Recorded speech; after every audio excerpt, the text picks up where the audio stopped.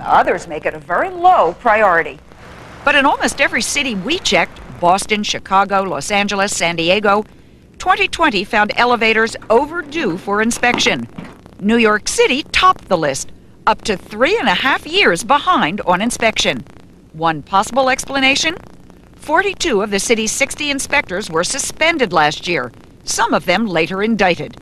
They were targets of an ongoing government investigation that's already caught many of them on videotape taking bribes. Corruption, laxity, poor maintenance. Where does that leave the elevator riding public?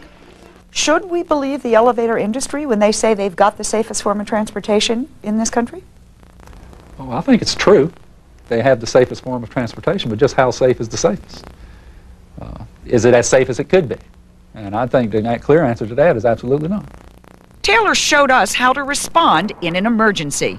Okay, now in the movies, if it gets stuck, if this elevator were to get stuck in between floors, somebody would poke a hole up there and go climbing up in the cab, right? Well, the way the elevator code is written, if this elevator complies, you're not allowed to open that hatch from inside the elevator. Someone, a trained, authorized person would have to physically get on top of the elevator and open the hatch for you. And while you're waiting, don't worry about running out of air. All elevator cars have some form of ventilation, which allows air to flow in from the shaft. You should also never, ever try to get out of a stalled elevator. Why not?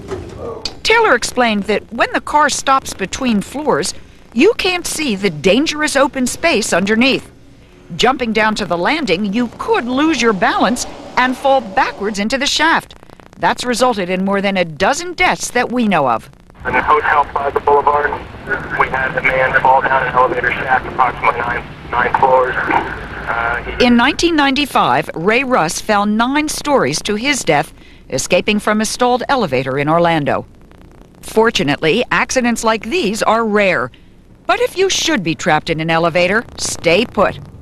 And to avoid injury in your everyday travels, here are some simple rules. 1. Even if you're in a rush, don't do this. You could get crushed by the doors. 2. Pass up an overcrowded elevator. It's the one most likely to get stuck. We'll take the next one. 3. Always make sure the elevator car opens level with the floor, so you don't trip when you step out. These basic tips are more like an advanced course for the folks on the elevator field trip to the top of this tower. Just getting there and back takes all their courage. Okay, folks, this is it. 65 flights up means 55 agonizing seconds. Got about 30 seconds to go. The group made it safely to the top of their Everest, celebrated, and toasted new heights to come. Next year, the World Trade Center, 110 stories high.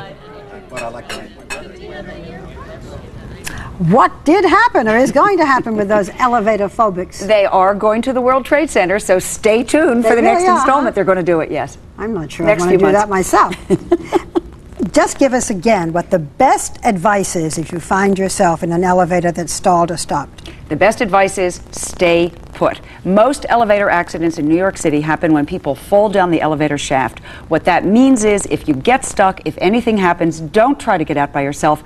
Wait for help. Stay put. That's the most important safety tip we can give. Remember, you are not in a movie where they climb out and it all goes well. Good. Thank you, Lynn.